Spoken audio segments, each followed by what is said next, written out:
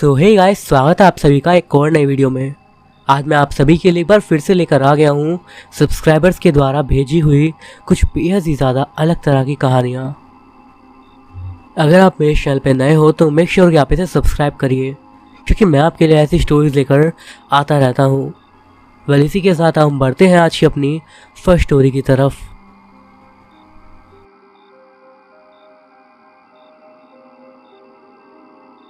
ये कहानी हमें भेजी है हमारे सब्सक्राइबर सुरेंद्र कुमार चौधरी ने।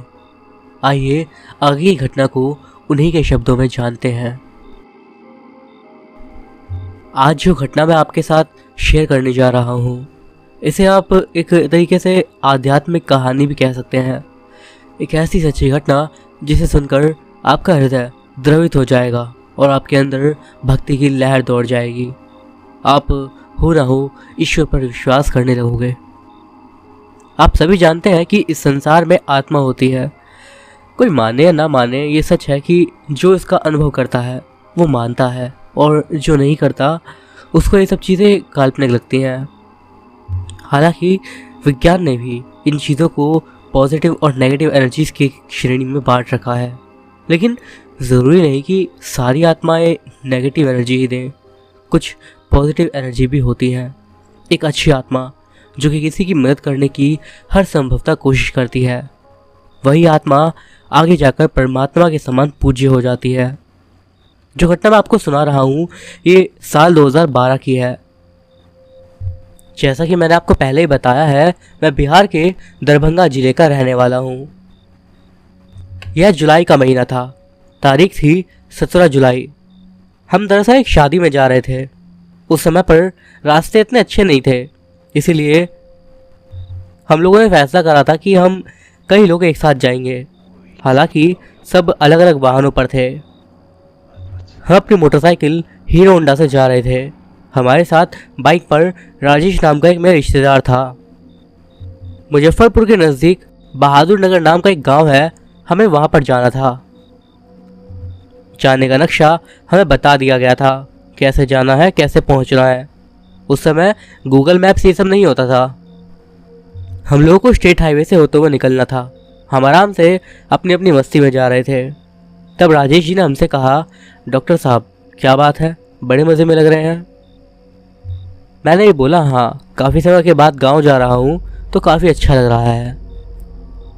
हम लोग पूरा बाइकर्स का ग्रुप जा रहा था, जिसमें 10 मोटरसाइकिल थी, जिनमें 5 राजदूत, 3 यामाहा और 2 हीरो होंडा थी। जो हीरो होंडा वाला साथी था वो हमारे साथ साथ ही चल रहा था। कोई खास दिक्कत नहीं हो रही थी। हम लोग आराम से दरभंगा हाईवे पर आगे बढ़ रहे थे। सभी लोग आगे पीछे ही थे।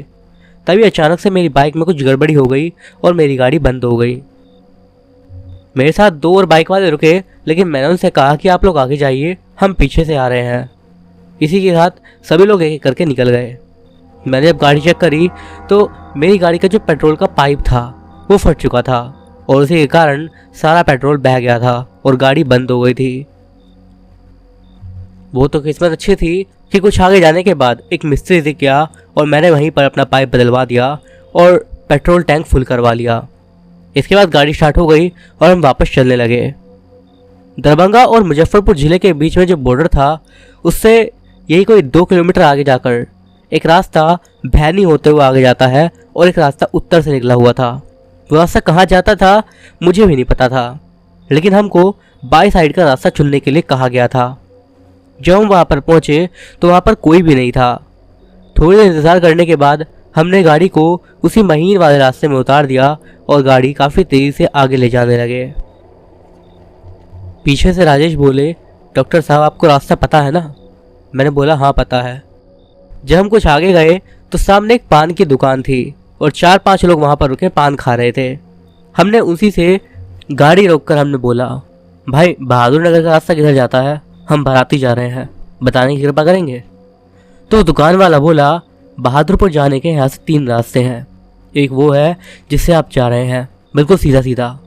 एक रास्ता लगभग आधा किलोमीटर दूर जाकर बाएं मुड़ के आएगा, उससे आपको 20 किलोमीटर का शॉर्टकट मिल जाएगा।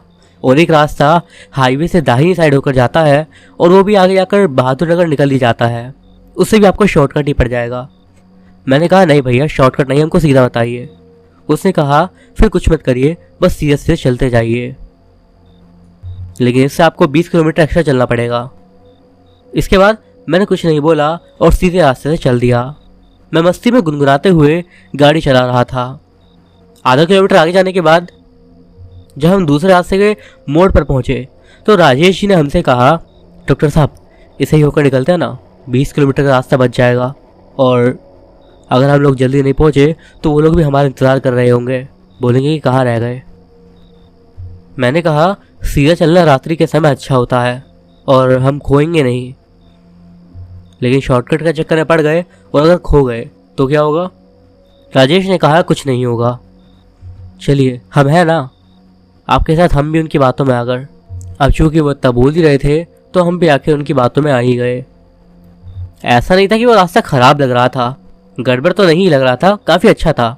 बस समस्या ये थी कि उस रास्ते में हमें कोई बस्ती नज़र नहीं आ रही थी। दूर दूर तक किसी गांव का कोई नामो निशान नहीं था। बहुत दूर हाईवे की कहीं रोशनी आ रही थी, इसीलिए हमको पक्की लोकेशन कुछ पता नहीं थी कि वो कहाँ से आ रही है। हम अपने रास्ते में तेज़ी से चल रहे थे। लगभग 15 किलोमीटर आगे जाने के बाद एक रास्ता पश्चिम की ओर गया और एक रास्ता पूर्व की ओर। अब हमें ये समझ नहीं आ रहा था कि हम किस रास्ते से आगे बढ़ें। मैंने राजेश से बोला, अब बताइए अब क्या करना है, यहाँ पर तो कोई है भी नहीं। तब उन्होंने बोला, ये पूर्व वाला रास्ता देख रहे हैं, वहीं से आ रहा है जहाँ से हम जा रहे हैं। एक काम करिए, पश्चिम वाले से ले लीजिए, हम निश्चित ही पहुँच जाएंगे। मैं क्या ही करता, दूसरा कोई रास्ता भी तो नहीं था। मैं इसी रूट पे चला गया। रास्ते में हमें कोई भी नहीं दिख रहा था, लेकिन हैरानी की बात यह थी कि सड़क भी ख़त्म होने का नाम नहीं ले रही थी। रात्रि के 12:30 बज चुके थे, लेकिन हम कहाँ थे हमें कुछ नहीं पता था। हम अब राजेश पर गुस्सा भी हो रहे थे कि आपके कारण आज बुरे फंस गए, ना मालूम है कहाँ पर है ना कुछ। लेकिन अब वो भी हमारी बातें बस चुपचाप सुन ही रहे थे। आखिर करते भी तो क्या, फंस तो चुके थे। हम आगे बढ़ते गए, लेकिन मंजिल कहीं से भी नज़र नहीं आ रही थी। आगे हम गए तो देखा कि रास्ता नीचे को ढलका हुआ था। चिंता के कारण गाड़ी पर बैलेंस बना नहीं और गाड़ी झलकती हुई ढलान के काफ़ी नीचे चली गई, जिसके कारण गाड़ी आराम से गिर गई और हम लोग भी गिर गए। उठ करके हमने देखा तो हम लोग रोड से नीचे आ गए थे और रोड हमसे यही कोई 50 फीट ऊपर होगा। हम भी सोच पड़े कि ये इतनी गहरी ढलान थी, हमें पता भी नहीं चला, और सबसे बड़ी बात हमें चोट भी नहीं आई थी। अब समझ में ये नहीं आ रहा था कि करे तो करे क्या। गाड़ी को सीधा करके जैसे तैसे चलाने का 2 बार प्रयास किया, लेकिन असफल हो गए। चोट भी लग गई, इसलिए आगे प्रयास करना बंद कर दिया। जो गाड़ी नीचे गया था उसी ओर हम लोग आगे बढ़ने लगे। वहाँ से एक कच्चा रास्ता आगे बना हुआ था और उसी रास्ते पर हम दोनों चल दिए। बाइक आराम से जा रही थी और वो कच्चा रास्ता आगे जाकर एक पक्के रास्ते में मिल गया। हमें कोई समझ में नहीं आ रहा था कि क्या हो रहा है। ऐसा लग रहा था कि मानो किसी भूल भुलैया में कहीं फंस गए हैं। मैंने राजेश जी से कहा, आज बाराती बना दिया आपने। सब लोग खा रहे होंगे और हम पता नहीं कहाँ पर हैं, कौन सी दुनिया में। थक हार कर फिर गाड़ी को उसी जगह पर खड़ा करके हम इधर उधर देखने लगे कि आसपास कोई घर या सड़क है तो नहीं। कोई आदमी मिल जाता जिससे पूछ सकूं कि मैं इस समय कहाँ पर हूँ, पर कोई नज़र नहीं आ रहा था। थोड़ी देर मैं वहीं पर रुक गया क्योंकि काफ़ी थक गया था मैं। थोड़ी ही देर हुई होगी कि एक छाया जैसी आकृति मुझे मेरी ओर बढ़ते हुए दिखी। देखने में किसी औरत की परछाई लग रही थी, लेकिन स्पष्ट नहीं बता सकते। वो छाया मानो इतनी तेजी से हमारी साइड से निकली कि हम ये कंफर्म करना भूल गए कि वो औरत है या फिर आदमी। पर एक चीज़ जो मुझे अनुभव हुई वो ये कि जैसे ही वो मेरे साइड से निकली मुझे इतनी गंदी बदबू आई कि मैंने तो अपनी नाक बंद कर ली। ऐसा लग रहा था कि मानो कोई जानवर बगल में मर गया हो। उस छाया के जाने के 10 मिनट बाद सब नॉर्मल हो गया। राजेश जी ने बोला, डॉक्टर साहब ये छाया जो गुजरी थी वो कोई आम इंसान नहीं था, पक्का कोई भूत था। मैं बिगड़ते हुए बोला, एक तो फंसा दिया आपने, अब डराने की कोशिश कर रहे हैं, चुपचाप बैठे रहिए।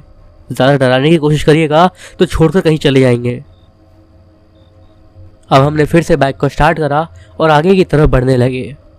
कुछ दूरी पर आगे बढ़ने के बाद हम एक शमशान के आसपास आ गए थे। उसी के बगल में से ही रोड निकला हुआ था।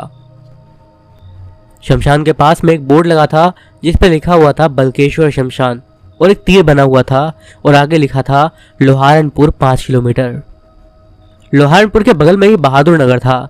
ये देखकर हमें आखिर चिंता से मुक्ति मिली और हम उसी रास्ते से आगे बढ़ने लगे। लेकिन सबसे डरावनी चीज़ जो हमारे साथ हुई तब वो ये कि हम इस रास्ते से शमशान के साइड से बढ़े जा रहे थे, लेकिन लगभग 1 घंटा हो गया और हम देखते हैं कि वो शमशान खत्म हो ही नहीं रहा। लगभग 30 से 35 किलोमीटर आगे हम आ चुके थे, लेकिन ऐसा क्यों हो रहा था ये सोचकर हमने राजेश जी से पूछा कि क्या हो रहा है। राजेश जी बोले, हमें भी समझ में नहीं आ रहा, यहाँ पे कुछ तो अनोखा घटना रहा है। तभी हमें वही बदबू तेजी के साथ हमारे नाक में पड़ी जो कि पहले आई थी।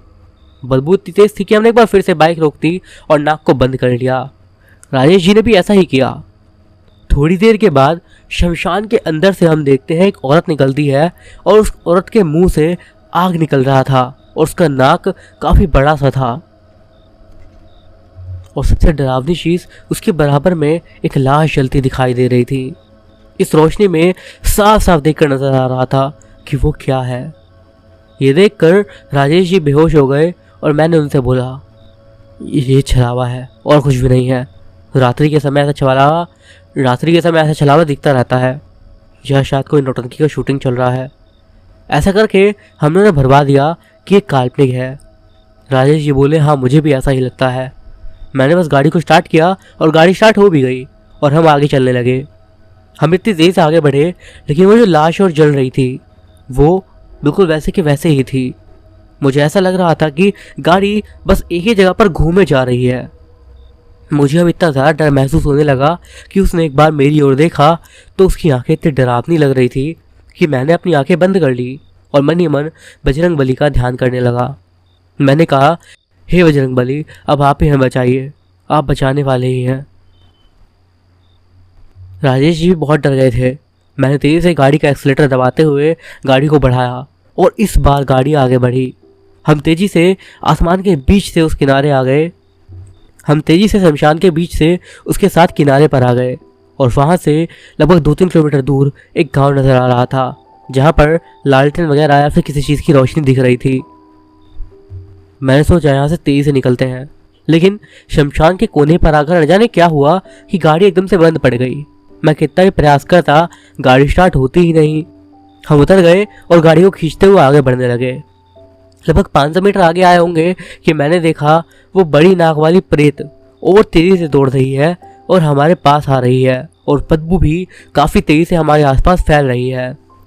अब मुझे समझ में आ गया था कि अब बचाने वाला कोई नहीं है, अब तो हमारी जान गई मानो। राजेश जी तो मानो बेहोश पड़ गए थे।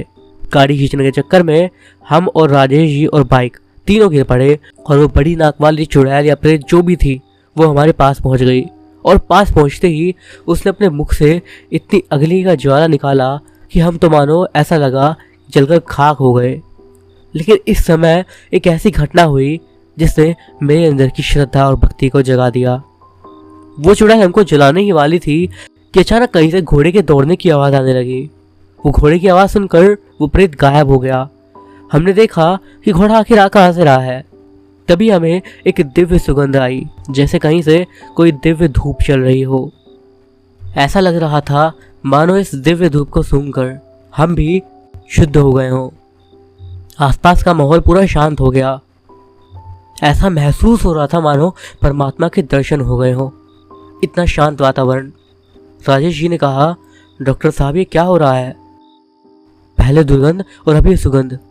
मैंने कहा, ये कोई परमात्मा शक्ति है जो हमें बचाने के लिए आई है। अब हमें किसी बात का कोई डर नहीं। इसीलिए मैंने गाड़ी को स्टार्ट किया और गाड़ी भी स्टार्ट हो गई। ऐसा लग रहा था कि गाड़ी को कुछ हुआ ही नहीं था। हम आगे बढ़ने लगे और गाड़ी की लाइट जल रही थी। 500 मीटर आगे आने के बाद और सामने कोई लाइट जल रही थी। 500 मीटर आगे आने के बाद मैंने देखा एक वृद्ध सफ़ेद वस्त्र पहने हुए जिसके पास पीला गमछा था, एक सफ़ेद घोड़े पर सवार था और तेजी से हमारी ओर आ रहा था। उन्हें देखकर हमें डर नहीं, आनंद की अनुभूति हो रही थी। और जैसे ही वो हमारे सामने आए हमने गाड़ी को रोक दिया और हाथ जोड़कर उन्हें प्रणाम किया। राजेश जी ने भी ऐसा ही किया। मेरे मन में मानो ऐसा ख्याल आया कि साक्षात परमात्मा के दर्शन हो गए उनके मुख का तेज काफ़ी दिव्य था। वो चंदन लगाए हुए थे और दिव्य तेज के आगे उन्होंने हाथ उठाकर हमें आशीर्वाद दिया और बस एक लाइन बोले, आज बजरंगबली ने तुम्हारी जान बचा ली। ये रास्ता ठीक नहीं है, रात्रि के समय यहाँ कोई नहीं आता। जल्दी से तुम लोग भी आगे बढ़ो, मैं तुम्हारे पीछे हूँ, डरो मत और आगे बढ़ो। अब हम लोग आगे आगे चल रहे थे और हम देख रहे थे कि वो हमारे पीछे पीछे आ रहे हैं। उसके बाद तकरीबन 2 किलोमीटर आगे आने के बाद एक पीपल के पेड़ के नीचे एक मंदिर बना हुआ था, जो कि ग्राम देवता का मंदिर था। मंदिर के पास आकर हमने गाड़ी रोक के ग्राम देवता को प्रणाम किया। प्रणाम करते ही वो देव भी आ गए और उन्होंने हमसे कहा कि अब खतरा नहीं है, रात्रि में तुम्हें जब भी चलना हो रास्ते पर ही चलो। ऐसा कहकर वो एक दिव्य प्रकाश इस मंदिर के आसपास ही कहीं गायब हो गया। हम लोगों ने भी वहां से गाड़ी स्टार्ट करी और आगे बढ़ गए। लगभग 3 किलोमीटर आगे जाने के बाद एक गांव आया। वहां पर सभी लोग सोए हुए थे। रात्रि के 3 बज रहे थे और आगे जाने पर कोई हमें मवेशी वाला दिख गया। हाँ, वहाँ पे हमें 2 आदमी भी दिखे तो हमने उनसे पूछा बहादुर नगर कितनी दूरी पर है। उन्होंने कहा 5 किलोमीटर आगे सीधा जाना है, केवल वही एक गांव आपको नजर आएगा। मैंने गाड़ी तुरंत आगे बढ़ा दी और फुल स्पीड में आगे चलने लगे। रास्ता भी अच्छा था और हम लोग 15 मिनट के अंदर ही बहादुर नगर पहुँच गए। वहाँ पर हम लोग घर के पास गए और हमने वहाँ पर एक आदमी से अपना पता पूछा। तब उन्होंने रास्ता बताया और हम लोग उस रास्ते से आगे चलने लगे। लगभग 1 किलोमीटर आगे जाने के बाद हम लोग आखिरकार बारातियों के स्थान पर पहुंच गए। बाराती खाना खाने के लिए बैठे ही थे, नाश्ता वगैरह हो चुका था। मैं भी उन्हीं के साथ बैठ गया और खाना खाया। इसके बाद हम जल्दी सो गए। सुबह सुबह हमने गांव वालों को देव पुरुष वाली वो बात बताई। उन्होंने बताया कि वो वही ग्राम देवता थे जो कि उस रास्ते से आने वाले राहगीरों की रक्षा करते हैं। आपकी जान बच गई है, जाइए कुछ दान कर्म करिए। इसके बाद हम सब लोग अपने घर के लिए निकल गए और लौटते वक्त सभी बाइक से एक साथ ही आए और कोई दिक्कत नहीं हुई। इस घटना ने हमारी आंखें हमेशा हमेशा के लिए खोल दी और हमें ईश्वर पर कभी ना टूटने वाला एक विश्वास दे गई। आप भी यदि किसी मुश्किल परिस्थिति में फंस जाएं तो बस ईश्वर को याद करिएगा, वो आपकी सहायता करने अवश्य आएंगे।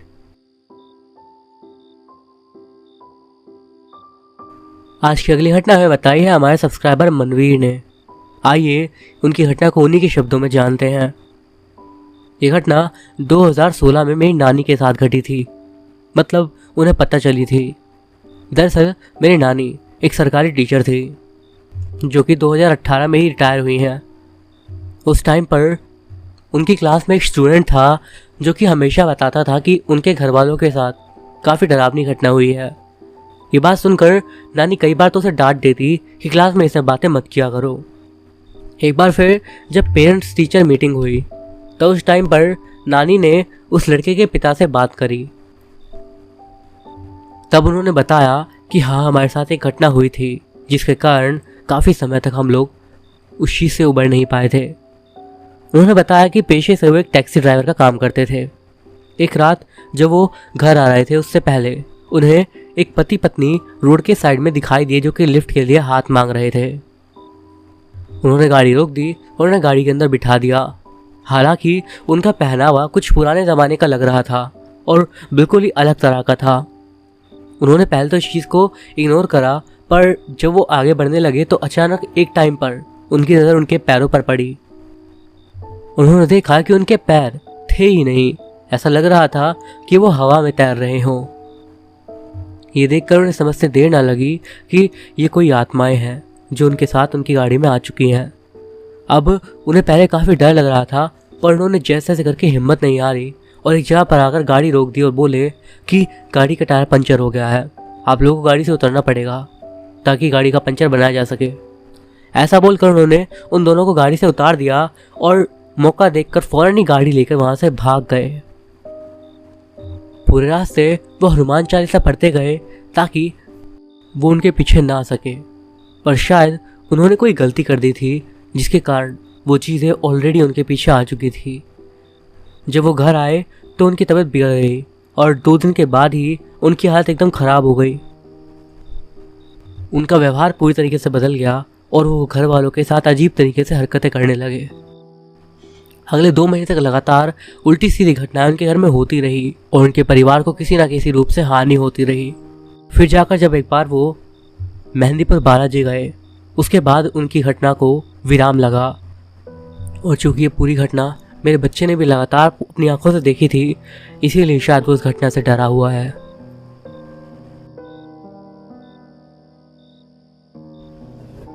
भोजपुरी में एक कहावत है कि भाग्यशाली का हल भूत हाँकता है, यानी कि भगीमाने के हर भूत हाकेला। खैर, यह तो बस एक कहावत है, पर अगर कभी ऐसा हो जाए कि कोई प्रेत 2400 घंटे आपकी सेवा में हाजिर हो जाए तो आपको कैसा लगेगा? अगर आप किसी ऐसे बिगड़ैल भयानक प्रेत को डांट कर अपना काम कराएं जिसे देखकर अच्छों की धोती गीली हो जाए, तो उससे ज़्यादा हैरानी की बात और क्या हो सकती है। पर हाँ, ये कहानी कुछ ऐसी ही है। एक किसान कैसे एक प्रेत को अपने बस में करके अपना बहुत सारा काम करवाता है, कैसे कभी कभी वो प्रेत अपने प्राणों की भीख मांगते हुए गिड़गिड़ाता है। आखिर ये प्रेत उस किसान के चंगुल में फंसा कैसे और क्या थी उसकी मजबूरी, या फिर किसान ने कोई तंत्र मंत्र करके उसे अपने बस में कर लिया था। खैर, इन सब रहस्यमय बातों से पर्दा उठाने के लिए सीधा कहानी पर आते हैं। बात तब की है जब रमेशर काका गबरू जवान थे। रमेशर काका के पिताजी एक छोटे मोटे किसान थे और खेती किसानी के लिए एक जोड़ी बैल हमेशा रखते थे। उनका मानना था कि अगर खेती अच्छी करनी है तो एक जोड़ी अच्छे बैल हमेशा दरवाजे पर ही होने चाहिए। उस समय रमेशर काका भी खेती बाड़ी के साथ ही कुछ और छोटे मोटे कामों में अपने पिताजी की मदद करते थे। ऊख बुआई से लेकर धान के बीज का खेत बनाने तक, गन्ने की पेराई से लेकर गुलवर झोंकाई तक, हर काम रमेशर काका बखूबी किया करते थे। एक बार की बात है, रमेशर काका को अपने टायर पर भूसा लादकर अपने एक बहनोई के घर पहुंचाना था। दरअसल उसके बहनोई का गांव एक नदी के खलार में पड़ता था, जिससे वहां पर धान गेहूं आदि नहीं आ पाता था। इसी के चलते पशुओं को चारे के लाले पड़ जाते थे। इसी वजह से हर साल रमेशर काका अपनी बैलगाड़ी पर भूसा पुआल आदि लाद कर उनके यहाँ पर पहुंचा दिया करते थे। दिन ढल गया था और बैलगाड़ी पर भूसा भी लद गया था। रमेशर काका नहा धोकर शाम को लगभग 7 बजे बैलगाड़ी लेकर निकले। उन्हें अपने बहनोई के वहां जाने में लगभग पूरी रात का समय लगता था और सुबह 4-5 बजे तक पहुंचते थे। उन्होंने एक बाल्टी, एक लोटा और एक डोर अपने पास रख ली थी तथा साथ ही एक झोली में उनके लिए खाना भी। रमेशर काका के बैल बहुत ही समझदार थे। जब वे एक बार रास्ते पर चल पड़ते थे तो गढ़वान को काफी आराम मिलता था, क्योंकि ये बैल बिना हाके बराबर चलते ही रहते थे। इससे रमेशर काका को बार बार ना बैलों को हाँकना पड़ता था और ना ही सामने से किसी गाड़ी आदि के आने पर साइड करना पड़ता था, क्योंकि आगे से किसी गाड़ी के आदि के आने पर बैल खुद ही किनरिया हो जाते थे। इतना ही नहीं, रमेशर काका कभी कभी बैलगाड़ी पर झपकी भी ले लेते थे और बैल आराम से अपने मार्ग पर बढ़े चले आते थे। रमेशर काका को घर से निकले 3-4 घंटे बीत चुके थे। रात के 10-11 बज गए थे और अब वे जिस कच्चे खुररिया रास्ते से जा रहे थे, ये रास्ता पूरी तरीके से सुनसान हो गया था। दूर दूर तक कुछ भी दिखाई नहीं दे रहा था और रात भी अंधेरे में पूरी तरह गहरी नींद में सोने के लिए व्याकुल हो उठी थी। दूर दूर तक सन्नाटा और उस रास्ते के किनारे उगे हुए बड़े बड़े घास फूस और कुछ छोटे बड़े पेड़ों के सिवा कुछ भी नहीं था। खैर, इससे रमेशर काका को क्या फर्क पड़ता था। उन्हें तो इससे भी अंधियारी रात में दूर दूर तक, यहाँ तक कि बीहड़ इलाकों से होकर भी जाने की आदत थी। बैलों की रफ्तार अब थोड़ी धीमी हो गई थी, पर वो रुकने वाले नहीं थे।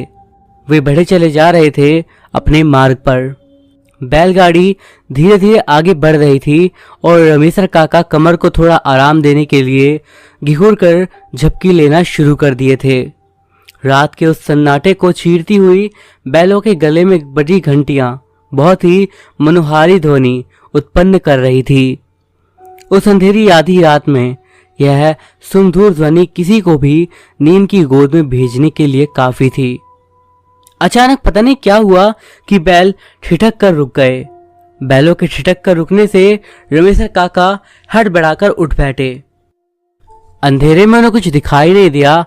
उन्होंने एक बैल की पूंछ पकड़कर जोर से एक आवाज निकाली, पर बैल फिर से 2 कदम चलकर रुक गया और उसके बाद 2 कदम पीछे भी हो गए, जिससे बैलगाड़ी का संतुलन थोड़ा बिगड़ गया। रमेशर काका किसी अनहोनी की आशंका से तुरंत कूदकर बैलों के पास आगे आ गए और बैलों के शरीर पर हाथ फेरकर उन्हें चुपकारने लगे। अब बैल भी थोड़ा शांत होकर खड़े हो गए। इसके बाद रमेशर काका उस रास्ते पर आगे की ओर नजर दौड़ाए उस धुत अंधेरे में देखने की कोशिश करने लगे, पर उन्हें कुछ भी दिखाई नहीं दिया। हाँ, ऐसा जरूर लगा कि शायद कुछ लोग आगे हो हल्ला कर रहे हैं। उन्हें समझते देर नहीं लगी कि आगे क्या माजरा है। रमेशर काका को रात बेरात ऐसी परिस्थितियों से बराबर सामना हो जाता था। दरअसल आगे भूत प्रेतों का जमावड़ा था और वे इस अंधेरी रात में खेल खेलने में मस्त थे।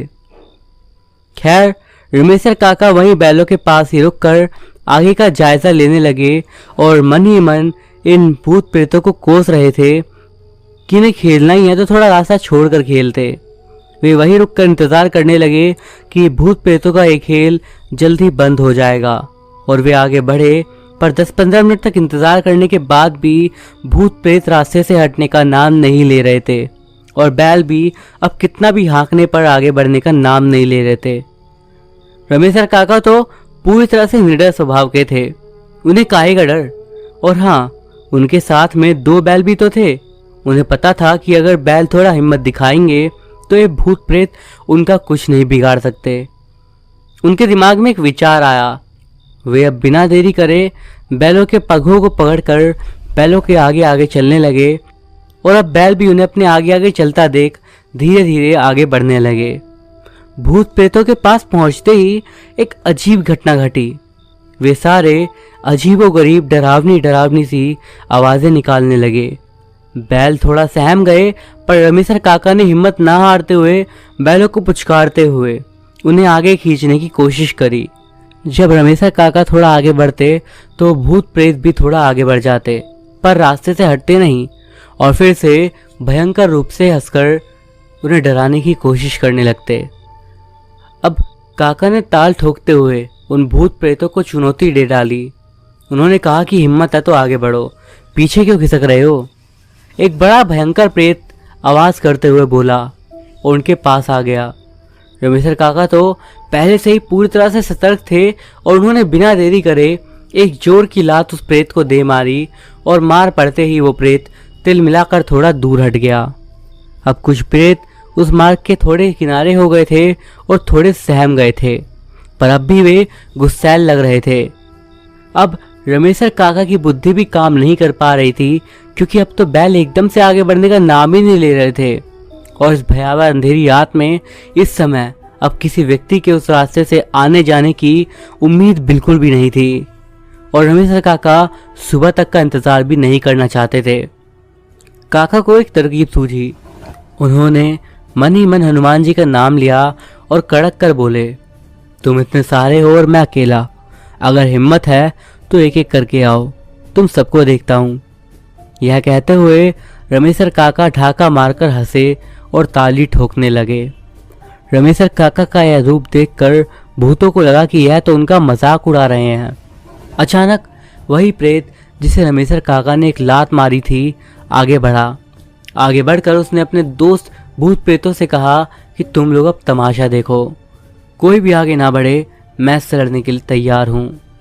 रमेशर काका उसकी बात सुनकर थोड़ा सहमे, पर हिम्मत नहीं आ रही, क्योंकि उन्होंने कितने सारे प्रेतों से टक्कर ले रखी थी और सबको धूल चटाई थी।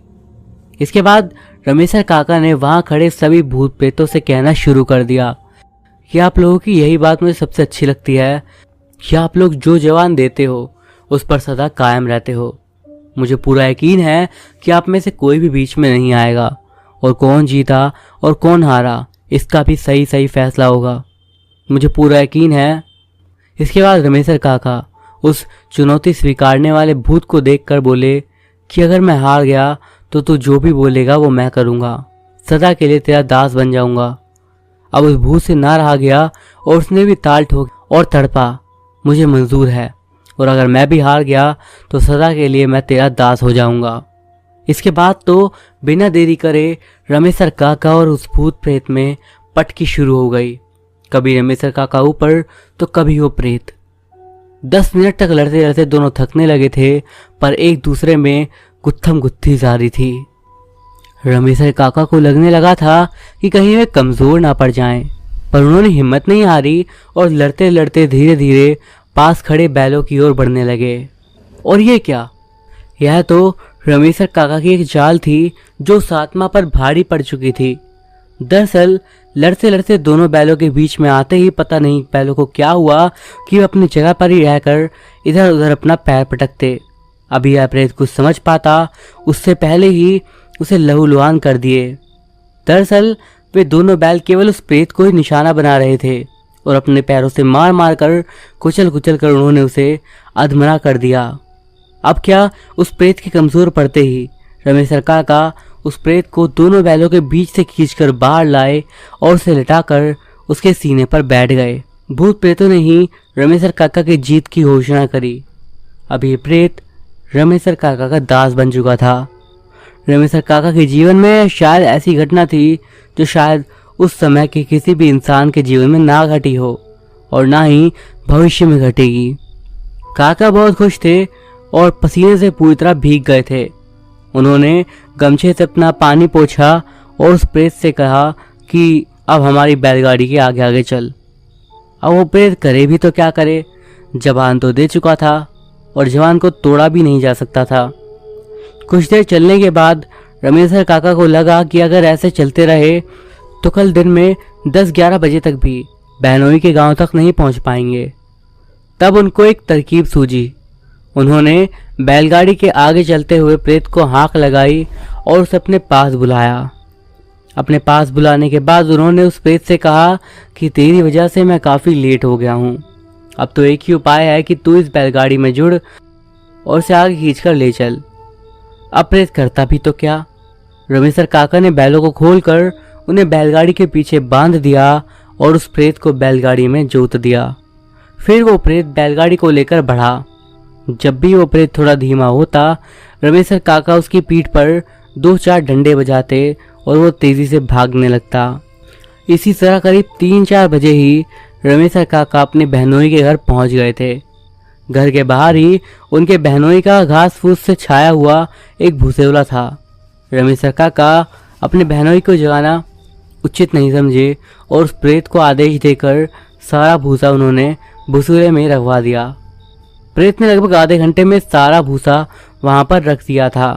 बैलगाड़ी खाली हो चुकी थी और रमेशर काका बैलों को बहनोई के ही नांद पर बांधकर साना पानी कर दिए थे और खुद भी वहीं पड़ी एक बसखटिया पर सो गए थे। 5 बजे के करीब जब रमेशर काका के बहनोई जगे तो उन्हें बहुत हैरानी हुई। उन्होंने देखा कि रमेशर तो बस खटिया पर सोया हुआ है। ये कब आया और ये भूसा भी उतारकर भूसेले में रख दिया। उनको कुछ समझ नहीं आ रहा था और मानो सब बस चमत्कार जैसा था, क्योंकि ऐसा पहले कभी नहीं हुआ था। हर बार रमेशर काका के बहनोई खुद उनके साथ मिलकर भूसा उतारकर वहां पर रखते थे। खैर उनको क्या पता कि ये सब किसी भूत का किया धरा है।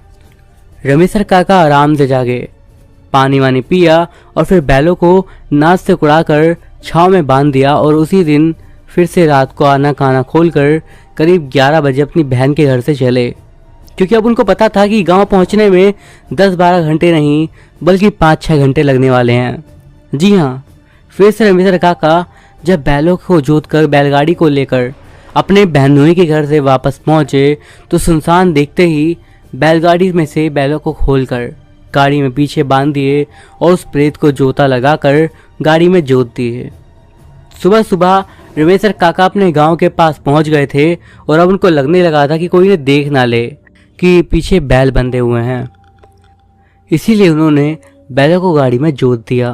बोलिए जय बजरंगबली। रमेशर काका तो उस प्रेत से बहुत सारा काम करवाना शुरू कर दिए थे, पर सदा ध्यान रखते कि इसकी भनक गांव में किसी को भी ना लगे, नहीं तो सब गुड़ गोबर हो जाएगा। इसी तरह उनका जीवन आनंद के साथ बीतने लगा। गर्मी का महीना, खड़खड़ दोपहरिया। रमेशर भाई किसी गांव से गाय खरीदकर लौटे थे।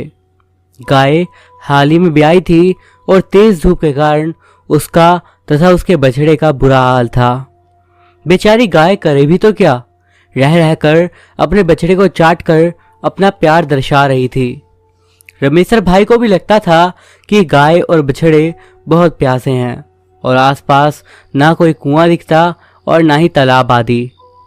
रमेशर भाई रह रहकर गमछे से अपने पसीनों को पोंछ लेते थे और गाय के पीठ पर हाथ फेरते हुए धीरे धीरे कदमों से पगडंडी पर बढ़ रहे थे। कुछ दूरी पर उन्हें एक बारी यानी बगीचा दिखा। उनके मन में आया कि इस बगीचे में चलते हैं, थोड़ा सुस्ता भी लेंगे तथा शायद वहाँ कोई घड़ी हो और इन अनबोलतों को पानी मिल जाए।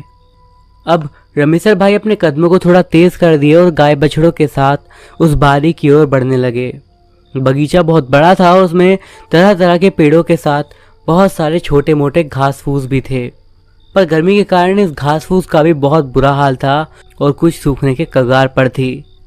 बारी में एकदम से सन्नाटा पसरा था, कहीं पर कोई आवाज नहीं थी। पर जैसे ही रमेशर भाई गाय बछड़े के साथ इस बगीचे में घुसे, गाय बछड़े तथा पैरों के नीचे पड़े पत्तों की तेज आवाज के आते ही चरमर की एक भयावह आवाज शुरू हो गई। यह आवाज इतनी भयानक थी कि रमेशर भाई के साथ ही गाय और बछड़े भी थोड़ा सहम गए।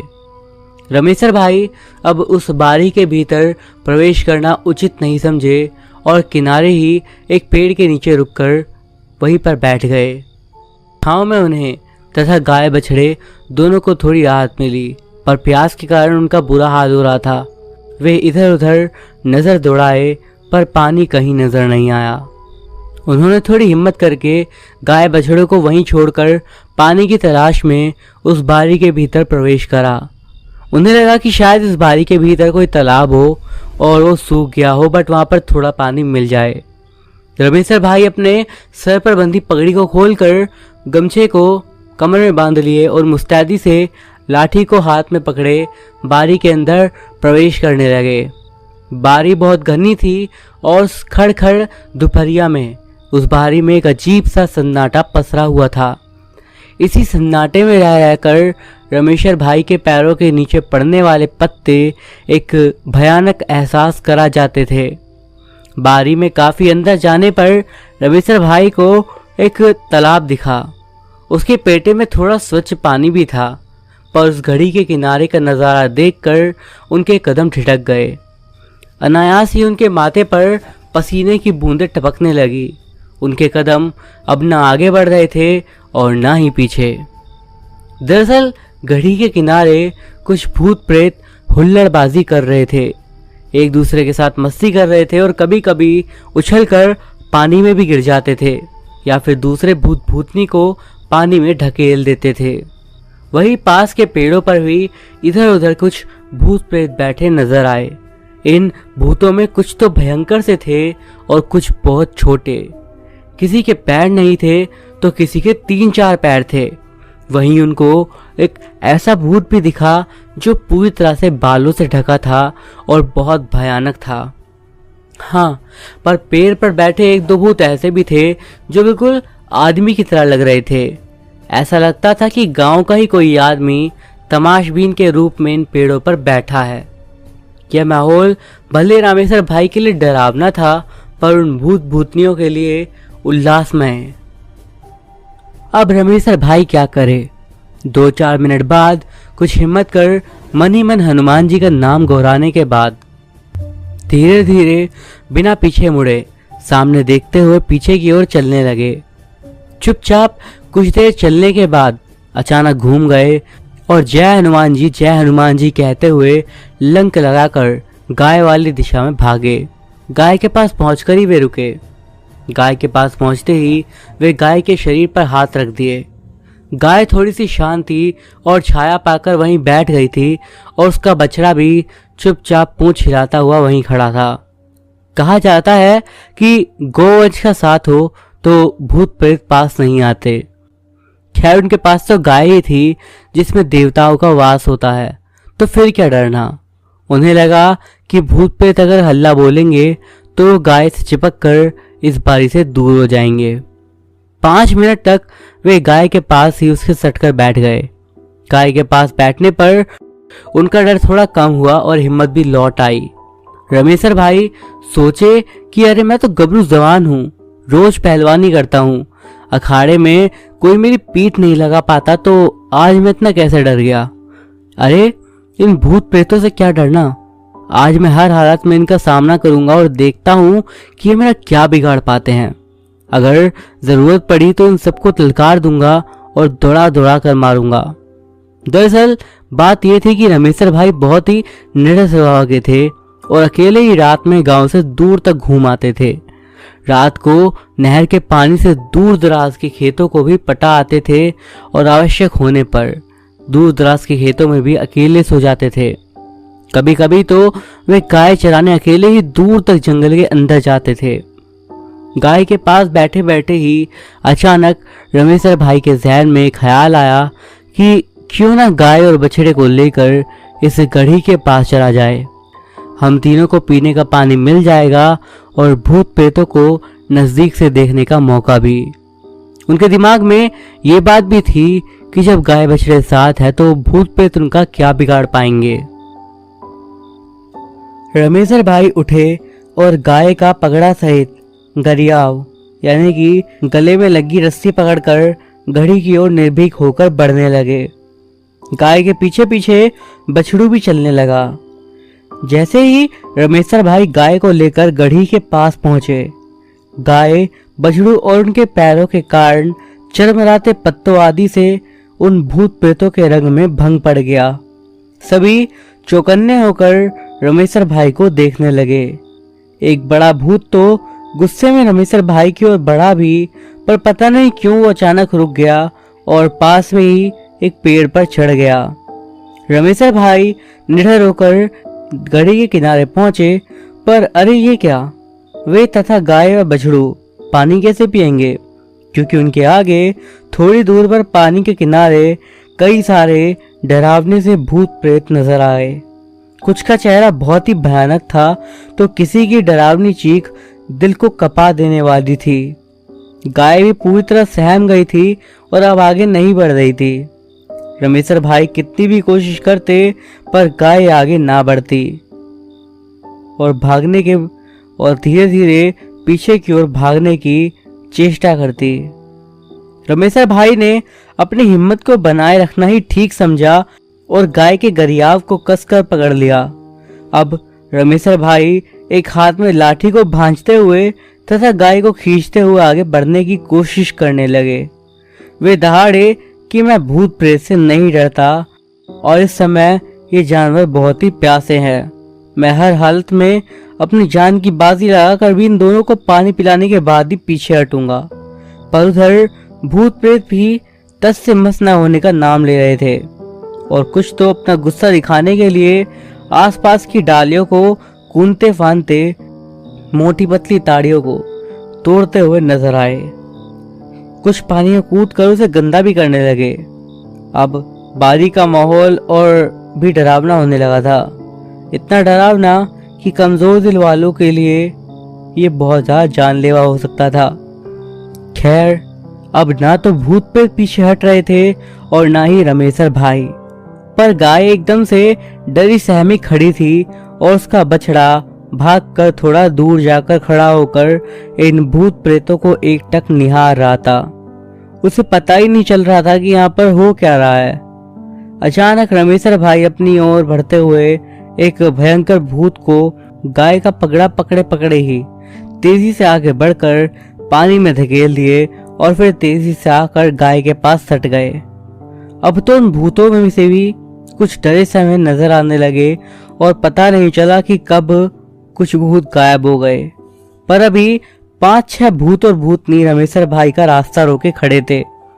अचानक उस बगीचे में तूफान आ गया। एक बहुत ही तेज आंधी उठी और उस आंधी में बहुत सारे पत्ते और खरपात आदि बारी में उड़ते हुए नजर आए। पेड़ों की डालियां एक दूसरे से टकराने लगी और रमेशर भाई के साथ ही वहां उपस्थित भूत प्रेत भी सहम गए, क्योंकि उस समय किसी को नहीं पता चल रहा था कि आखिर ये क्या हो रहा है। इसी तूफान के बीच वहां एक खूबसूरत महिला प्रकट हुई। उसे आते किसी ने भी नहीं देखा। उस नवयौवना के चेहरे पर एक खूबसूरत मुस्कान थी। उस नवयौवना को देखते ही सारे भूत प्रेत अपना सर नीचे कर लिए। ऐसा लगा कि मानो वो उसे सम्मान दे रहे थे। अचानक महिला सौम्य आवाज में बोली कि किसी प्यासे को पानी से रोकना अच्छी बात नहीं, क्योंकि हम लोग भी तो पहले इंसान ही थे। आखिर हम में से कई तो कुछ दुर्घटनाओं के शिकार ही हुए हैं। मुझे याद है एक बार मैं अपनी माँ, बहन तथा अपने गांव की सखी सहेलियों के साथ पैदल ही मेले में जा रही थी। उस समय मेरी उम्र यही कोई 9-10 साल की रही होगी। मेला मेरे गांव से काफी दूर था। गर्मी का ही मौसम था और हम लोग घास फूस वाली पगडंडी के रास्ते से जा रहे थे। अचानक रास्ते में कुछ ऐसा हुआ कि मैं अपने ग्रुप से अलग होकर रास्ता भटक गई और उन लोगों को खोजते खोजते कहीं दूसरी दिशा में ही निकल पड़ी। अचानक डर के मारे और तेज धूप के कारण मुझे बहुत ज्यादा प्यास लगने लगी और इधर उधर खोजबीन करने के बाद भी मुझे पानी ना मिला और मैं वहीं पर प्यासी भटकती रही। यही कारण था मेरी अकाल मृत्यु का। इतना कहते ही उस तरुणी प्रेतनी का चेहरा गुमसुम हो गया। आंखों से आंसुओं की धार बह गई और रमेशर भाई भी भावुक हो गए। ऐसा लगा कि गाय भी उस प्रेतनी के प्रति सहानुभूति दिखा रही थी, क्योंकि गाय आगे बढ़कर उस तरुणी के पांव को चाट रही थी।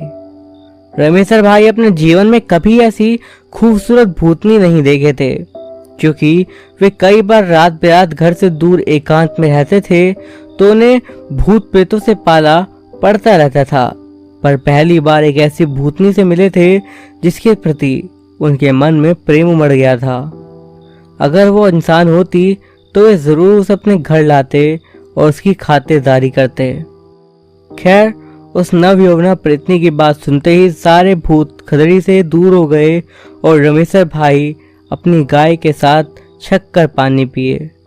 उस गढ़ई का पानी बहुत मीठा था और ऐसा कह सकते हैं कि प्यास इतनी तीव्र थी कि पानी नहीं, वो अमृत लग रहा था।